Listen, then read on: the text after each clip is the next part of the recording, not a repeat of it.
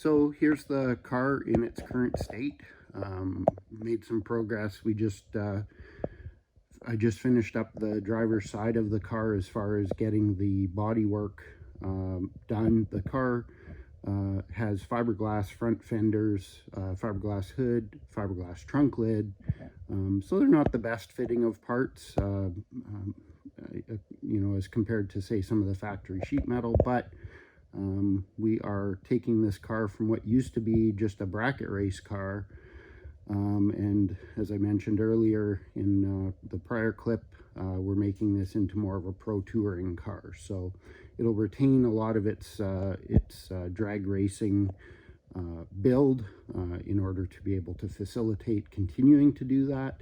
But we do want to make it be able to be, a good looking car, highway cruiser, and be able to go out and hit a lot of the local show and shines and as I said, drag and drive events. So things that we've completed. So as I said, we got the driver's side done, body works all done by myself, and the engine compartment here. So just finally got it all sort of smoothed out, holes filled, got it in a coat of primer. We're just waiting on some motor mounts, and then going to mock up where the engine combination and transmission are going to sit.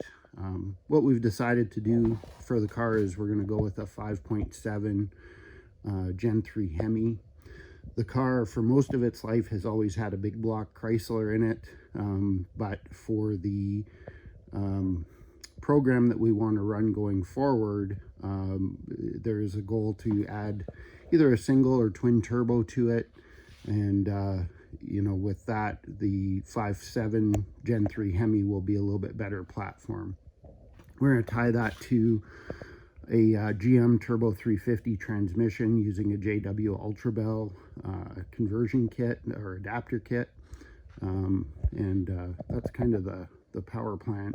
We're also going to be running a full Holley EFI system, the Holley Dominator program, and so the car will be fuel injected, which will be nice for the drivability and the tuning of the car. So that will be shown in future episodes as we progress through that. So just kind of going down the car, I spent a bunch of time working on gaps, really trying to set some nice door gaps and have some nice lines to the car. The driver's side cowl had to be replaced.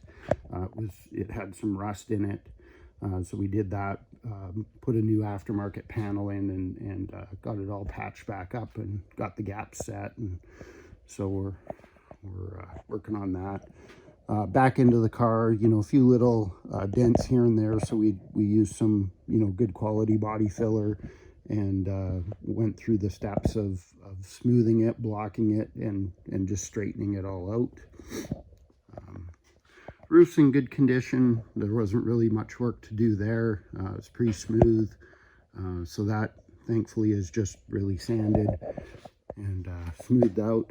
And then back here, as you can see, there's the fiberglass trunk lid, so we've got that in spot. All the gaps are nice for that. Back into the car, we basically working on smoothing that out and getting it finished off. We're going to be picking up with the car today and for the next couple of days likely, because again, I'm not an expert, so just kind of chip away at this and take my time. But we've got the passenger side, which is next. So started to set the door gap, so I basically had to make a cut down the rear quarter panel and do some body shaping to get that gap pretty nice and even. A little bit of filler to be done and get everything smoothed out and looking good. And then we'll get the front fender back on the car and get that gap aligned,